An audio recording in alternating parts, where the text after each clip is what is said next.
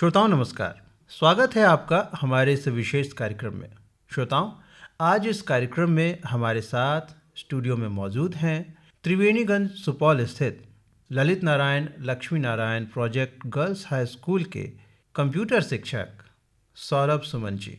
सौरभ सुमन जी को इस वर्ष का शिक्षा के क्षेत्र में उत्कृष्ट कार्य करने हेतु राष्ट्रपति द्वारा राष्ट्रीय पुरस्कार दिया जाएगा। सौरभ सुमन जी, बहुत बहुत स्वागत है आपका हमारे स्टूडियो में। जी, बहुत बहुत धन्यवाद सर। सौरभ जी, राष्ट्रीय पुरस्कार आपको मिलने जा रहा है जो सुपौल जिले में ये पहला सम्मान होगा। सबसे पहले तो इस सम्मान को प्राप्त करने के लिए बहुत बहुत बधाई हमारी तरफ से। और ये बताएं कि ये सम्मान प्राप्त करने के बाद अब ये पुरस्कार आपको मिलने जा रहा है, आपको कैसा लग रहा है, अपनी भावनाओं के बारे में बताएं। जी सर, ये पुरस्कार हर वर्ष शिक्षकों को मिलता है और मैं जब 2015 में यहाँ कंप्यूटर शिक्षक के रूप में ज्वाइन किया तो मैं पेपर में अक्सर देखा करता था, तो उसी समय से मुझे मोटिवेशन हुआ कि मैं भी इस पे काम करूं। और ये बहुत ही खुशी हो रही है, इसको शब्दों में बयां करना बहुत मुश्किल है। जितने मुझे फ़ोन कॉल सब बधाइयाँ आ रही है वो मुझे महसूस करा रही है कि बहुत बड़ा चीज़ मैं पाने जा रहा हूँ। जी, निश्चित तौर पे राष्ट्रीय पुरस्कार प्राप्त करना काफ़ी गर्व की बात है और हम सबको आप पर गर्व है कि ये पुरस्कार आपको मिलने जा रहा है। तो सौरभ जी, अपने बारे में बताइए, अपने बचपन के बारे में बताइए, आपका बचपन कहाँ बीता? सर, मेरा जन्म छपरा में हुआ है। वहाँ पे गंगा सिंह कॉलेज लेन है। मेरे पिताजी स्वर्गीय ब्रजेंद्र कुमार वर्मा अधिवक्ता थे। माँ भी मेरी शिक्षिका थी, बहन भी शिक्षिका है। एजुकेशनल बैकग्राउंड शुरू से रहा है। मेरी वाइफ भी नृत्य शिक्षिका है। तो छपरा में भारतीय विद्या मंदिर है, वहाँ से मेरी प्रारंभिक शिक्षा हुई। फिर मैं जिला स्कूल छपरा से मैट्रिक उत्तीर्ण किया, फिर जगदम कॉलेज से मैंने इंटर किया। उसके बाद आगे की पढ़ाई करने के लिए मैं इग्नू में आया, वहाँ से मैंने MCA किया कंप्यूटर साइंस में। और फिर मेरा पटना में ही मैंने अपना कंप्यूटर क्षेत्र में सॉफ्टवेयर वेबसाइट डेवलपमेंट का काम शुरू किया था और उसी क्रम में 2015 में मैंने ये स्कूल ज्वाइन किया। जी, तो शिक्षक बनने की कब ठानी आपने, या इस क्षेत्र में कदम रखने का कैसे सोचा? सर, बचपन से ही घर में माँ बहन सब कोई शिक्षा के क्षेत्र में काम कर रहे थे। पिताजी भी अधिवक्ता होने से पहले शिक्षक रहे हुए हैं और मेरे रिलेशन में भी बहुत शिक्षक लोग हैं अलग अलग जगह संस्थाओं में। और मैं भी शुरू से ही जब 10th पास किया तो बच्चों को पढ़ाना शुरू कर दिया था और कंप्यूटर के क्षेत्र में पढ़ाई करने के साथ साथ भी यहाँ पे इंजीनियरिंग BCA MCA के बच्चों को भी मैंने शिक्षा से हमेशा जुड़ा रहा, तो एक साइड में हमेशा उत्साह रहता था पढ़ाने में। तो जब पहली बार कंप्यूटर शिक्षक की बहाली निकली, अभी तक गवर्नमेंट में बहाली हुई नहीं थी, तो ह्यूज मतलब बहुत बड़ी मात्रा में बहाली 2012-11 में STT का एग्ज़ाम ऑर्गेनाइज हुआ। मैंने उस परीक्षा को पास किया और 2015 में ये मैंने ज्वाइन किया। जी, और चूँकि घर में पठन पाठन अध्यापन का माहौल पहले से था, तो इससे प्रेरणा मिली होगी आपको कि एक कंप्यूटर शिक्षक के रूप में आप भी अपनी सेवाएं दे सकें। तो छपरा में रहे आप, छपरा में ही पले बढ़े, शिक्षा प्राप्त की, लेकिन जब आप शिक्षक बने तो त्रिवेणीगंज स्थित स्कूल जो है Lalit Narayan Lakshmi Narayan project girls school, तो वहाँ आपको अपनी सेवाएं देनी पड़ी। ये जो भाषाई अंतर आया, क्योंकि जहाँ आप पले बढ़े हैं वहाँ भोजपुरी बोली जाती है और काफ़ी ठेठ भोजपुरी बोली जाती है, और जहाँ आप अपनी सेवाएं दे रहे हैं वहाँ मैथिली बोली जाती है। तो एक शिक्षक के तौर पे बताएं कि क्या ये जो भाषाई अंतर आया, चूँकि ग्रामीण क्षेत्र है, अधिकतर लोग मैथिली बोलते और समझते हैं और भाषा का प्रयोग तो बच्चों तक पहुंचने के लिए बहुत आवश्यक होता है, तो आपको क्या दिक्कतें आई और इन दिक्कतों को आपने कैसे पार किया? सर, बहुत अच्छा प्रश्न किया। मैं शुरू में जब वहाँ गया तो यहाँ से बहुत दूर है सुपौल डिस्ट्रिक्ट, तो वहाँ जब मैं नया गया था तो स्कूल में कोई मीटिंग भी होती थी तो शिक्षक भी सब लोकल हैं वहाँ अधिकांश, तो मीटिंग में भी वहाँ की भाषा में बात करते थे, तो मैं साइलेंट रहता था, कुछ बोलता नहीं था।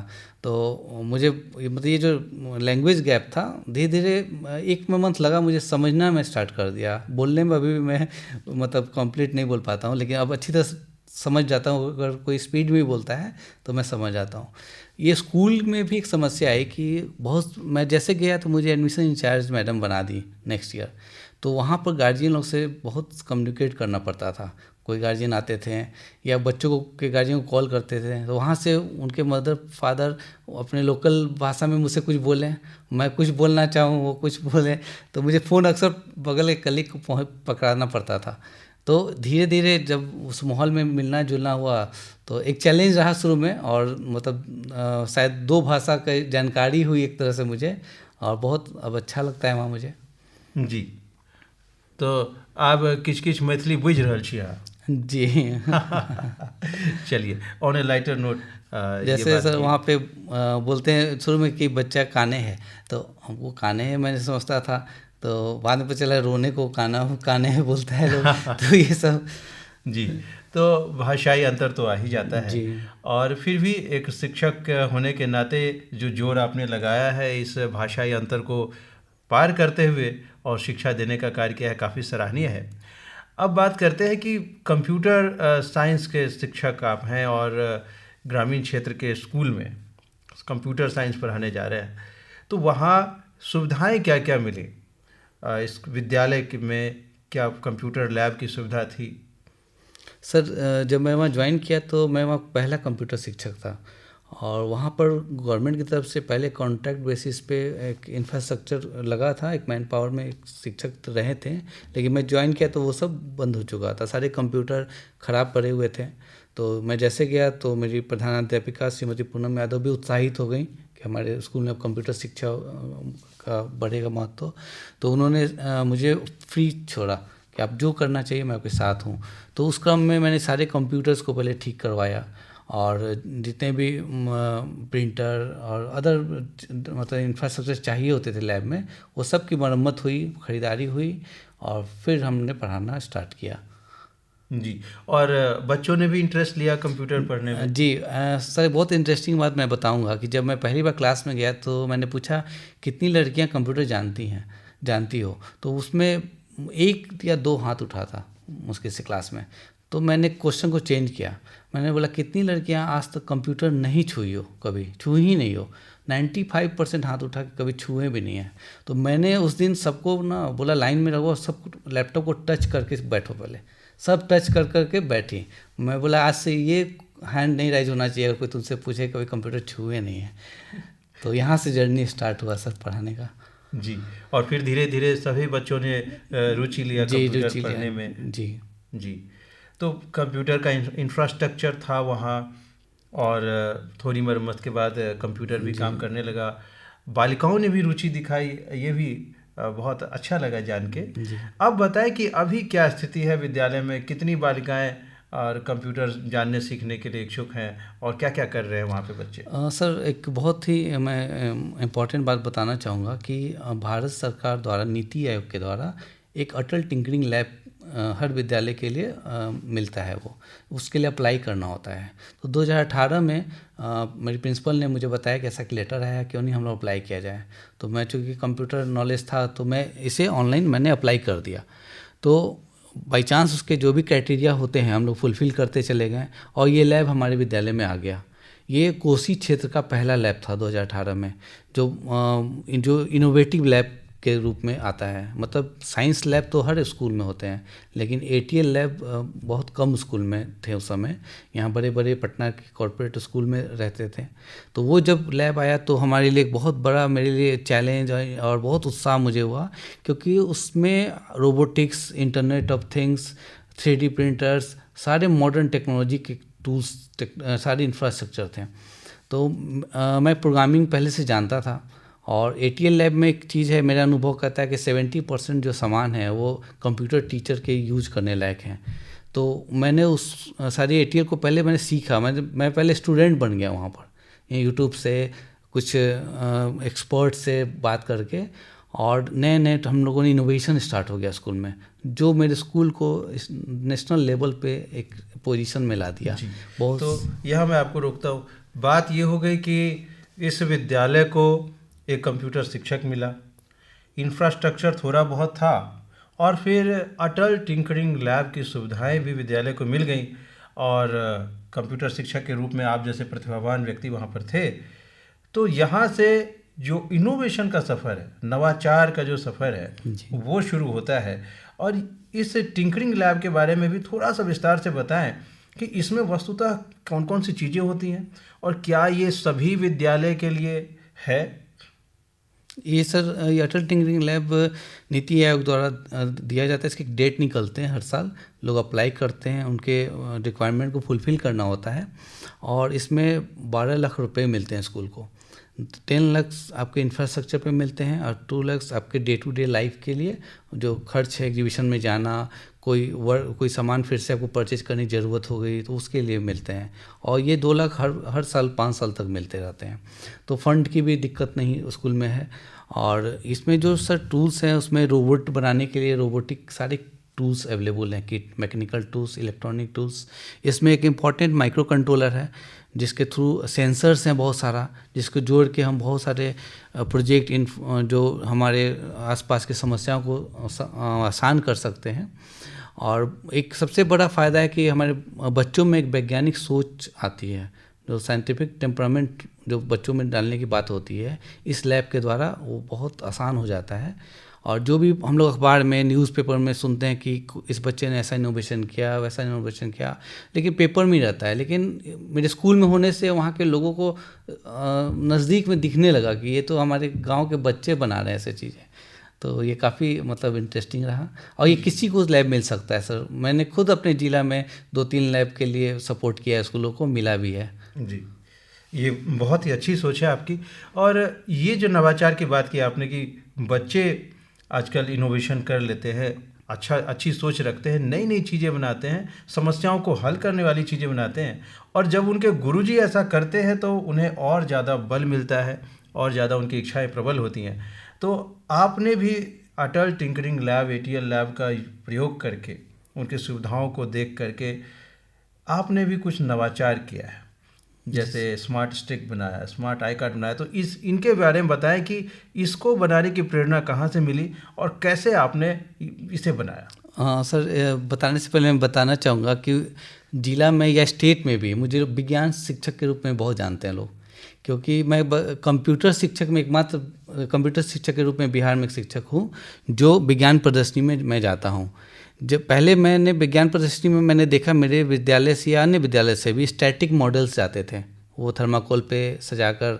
तो मुझे लगा, पहले मैं विज्ञान प्रदर्शनी गया, वहाँ देखा कि इस तरह के मॉडल्स हैं, तो फिर मैं सोचा कि कुछ वर्किंग मॉडल होना चाहिए, क्योंकि आज साइंस एंड टेक्नोलॉजी दोनों की बात होती है।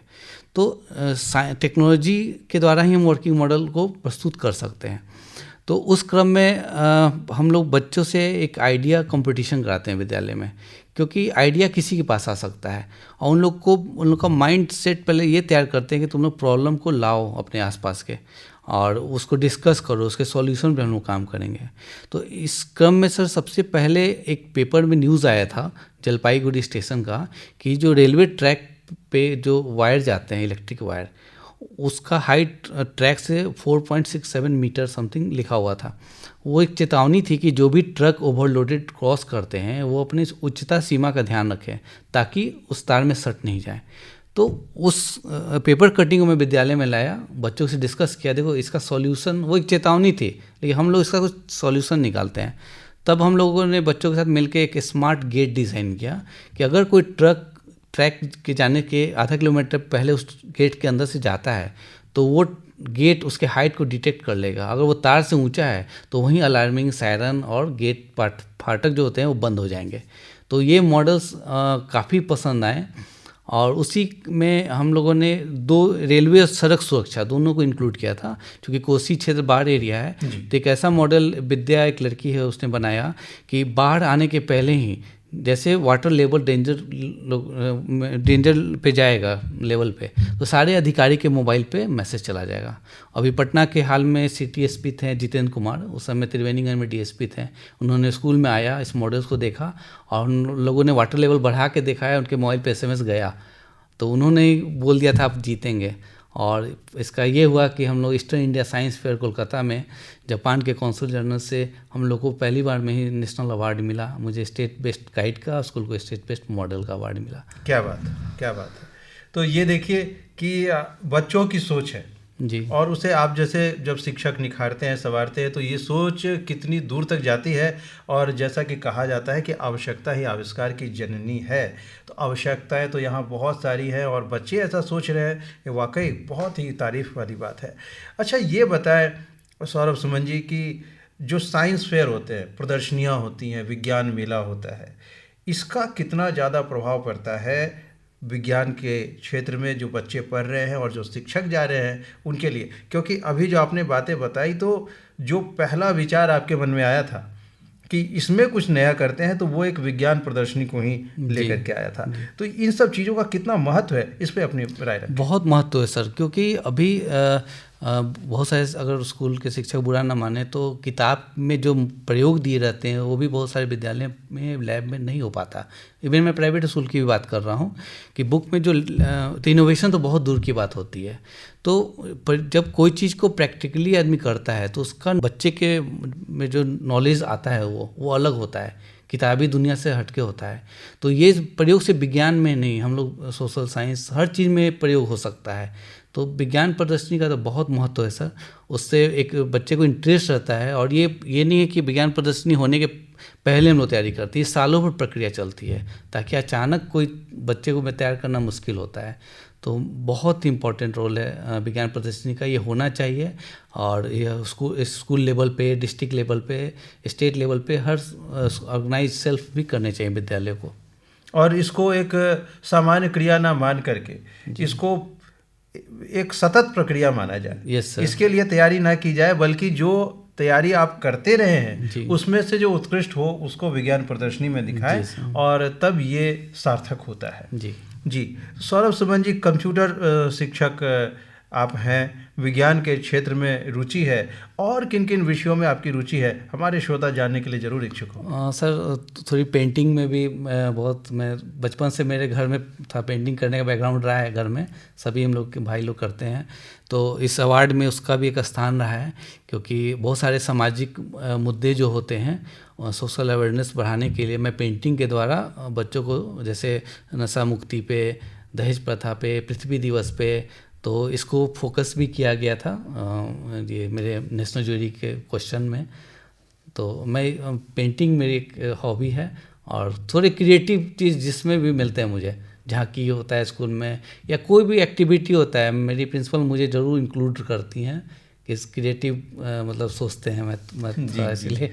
जी, तो सुपौल का जो आपका क्षेत्र है वहाँ तो मिथिला पेंटिंग काफ़ी प्रसिद्ध है, तो क्या मिथिला पेंटिंग में भी हाथ आजमाया आपने? नहीं सर, उसका तो नहीं मौका मिला, चूँकि वो दरभंगा साइड से, मधुबनी से ज़्यादा है, सुपौल आते थे थोड़ा कमज़ोर पड़ जाता है। लेकिन अभी हाल में एक NGO द्वारा वहाँ पे ट्रेनिंग मैंने सुना था कि हुआ था, तो कुछ लड़कियाँ ट्रेनिंग की थी, और बहुत सारे शिक्षक हमारे आसपास हैं जो उस क्षेत्र से, दरभंगा मधुबनी के हैं, जो करते हैं, तो देख के अच्छा लगता है, मन करता है सीखने का भी मौका नहीं मिला। चलिए, इसके लिए तो जब आप जैसे शिक्षक हैं जिन्हें क्रिएटिव चीज़ों में, रचनात्मक चीज़ों में ज़्यादा मन लगता है, तो मुझे ऐसा लग रहा है कि समय के साथ आप इस विद्या में भी पारंगत हो जाएंगे। जरूर। तो सौरभ सुमन जी, बातें आपसे हो रही हैं हमारे साथ, ये भी बता दें कि शिक्षक के तौर पे आपका क्या संदेश रहेगा बाकी शिक्षकों के लिए? सर पहले तो सभी शिक्षक से मैं ये अनुरोध करना चाहूँगा कि आप सभी शिक्षक अच्छे हैं, वो क्लास जाते हैं, अपने रूटीन से करते हैं, थोड़ा उसमें रचनात्मकता लाएं, थोड़ा नवाचार लाएं, ताकि बच्चे का उत्साह बढ़े, स्कूल से जुड़े, ताकि बहुत बच्चे थोड़ा सा घर जाने के, थोड़ा सा गवर्नमेंट स्कूल में है कि हम लोग उसकी संख्या, बच्चे को देर तक स्कूल में रोकने के लिए बहुत सारे स्कीम भी गवर्नमेंट के आ रहे हैं, तो थोड़ा सा मतलब नवाचार भी इंक्लूड करेंगे अपने पढ़ाने के तरीके में, वो किताबी दुनिया से थोड़ा सा मतलब एक्टिविटी को भी अपने पाठ्य से जोड़ सकते हैं हम लोग। तो बच्चे उस तरह से अगर पढ़ाने के तरीके में थोड़े चेंजेस लाएं, और आजकल सोशल मीडिया में बहुत क्रिएटिव टीचर्स अपने इनोवेशन डालते हैं, उनसे सीखें एक दूसरे से, और मतलब थोड़ा इंस्पायर होना चाहिए, हम लोग भी सीखते हैं अन्य शिक्षकों से, तो थोड़ा रचनात्मकता से पढ़ाएं। तो मेरा सबसे बड़ा अनुरोध यही रहेगा शिक्षकों से। जी, एक चलते चलते आपसे आखिरी प्रश्न करना चाहूँगा, अभी जहन में आया, वो ये कि एक आप जिस विद्यालय में पढ़ा रहे हैं वो एक गर्ल्स स्कूल है, बालिका विद्यालय है, तो क्या कभी ये अंतर महसूस हुआ कि बालिका विद्यालय है इसलिए बच्चियां अच्छा कर रही हैं, या बालक अगर होते तो शायद और अच्छा करते? तो इस पर अपनी राय रखें। थोड़ा विस्तृत रूप से मैं बताऊंगा, इसमें 2-3 बातें हैं सर। कि मैं मेल टीचर हूँ, और जब भी आप इनोवेशन करते हैं तो उसका कोई रूटीन नहीं होता, कोई इसका मतलब सिलेबस नहीं होता इनोवेशन का। कोई इनोवेशन आपका कितना दिन में पूरा होगा वो नहीं पता होता है। हम काम करते रहते हैं उसको अचीव करने के लिए। तो गर्ल्स के साथ शुरू में मुझे दिक्कतें आई कि जब 4 बजता था तो सब टीचर्स जाने लगते थे। अब मुझे लगता था 15 मिनट और रुक जाती लड़कियां तो कुछ काम रुक जाता, मतलब हो जाता, और संडे को भी अगर आ जाती तो ये काम आसान हो जाता, मतलब जल्दी ही मेरा काम पूरा होता। लेकिन गर्ल्स स्कूल है, थोड़ा प्रोटोकॉल है, और किसी अन्य शिक्षिकाओं को अगर मैं इंक्लूड करता तो उनका छुट्टी जाता था। तो हालांकि धीरे धीरे ये सब बाधाएं दूर हुई। दूसरी प्रॉब्लम सर मुझे आई कि जब कितना बार ऐसा हुआ है कि बच्चे को तो मैंने तैयार कर दिया, प्रेजेंटेशन देने जाना है जिला से बाहर, गार्जियन का फ़ोन है, नहीं लड़की है मैं नहीं जाने दूंगा। तो ये सब भी चैलेंजेस को मैंने मतलब बहुत गुस्सा भी आता था कि अब अचानक से मैं किससे तैयार करूं। तो ये सब 1-2 साल रहा। फिर अब मैं मीटिंग करता हूं गार्जियन को बुला के, पहले उनको मतलब ये आश्वासन देता हूं कि आपको सारी सुविधा मिलेगी, सुरक्षा मिलेगी विद्यालय की तरफ से।